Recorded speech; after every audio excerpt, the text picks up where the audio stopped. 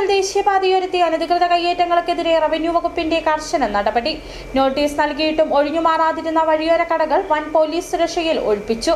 ഗതാഗതക്കുരുക്ക് പരിഹരിക്കാനുള്ള നടപടികളുടെ ഭാഗമായാണ് വ്യാപക ഒഴിപ്പിക്കൽ. മൂന്നാർ മുതൽ ബോഡിമെട്ട് കേരള തമിഴ്നാട് അതിർത്തി വരെയുള്ള ദേശീയപാതയോരത്ത് അനധികൃതമായി പ്രവർത്തിച്ചു വന്നിരുന്ന 92 വഴിയോര കടകളാണ് റവന്യൂ വകുപ്പിന്റെ നേതൃത്വത്തിൽ ഒഴിപ്പിച്ചത്. ഇതിൽ 40 കടകൾ നോട്ടീസ് ലഭിച്ചതിനെ തുടർന്ന് ഉടമകൾ സ്വമേധയാ ഒഴിഞ്ഞു. എന്നാൽ നോട്ടീസ് നൽകിയിട്ടും ഒഴിഞ്ഞുമാറാൻ തയ്യാറാകാതിരുന്ന 92 കടകളാണ് റവന്യൂ വകുപ്പ് വൻ പോലീസ് സുരക്ഷയിൽ പൊളിച്ചു നീക്കിയത്.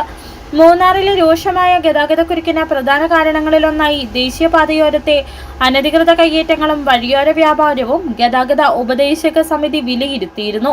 ഇതിന്റെ അടിസ്ഥാനത്തിലാണ് റവന്യൂ വകുപ്പും ദേശീയപാത അധികൃതരും സംയുക്തമായി നടപടി ശക്തമാക്കിയത്.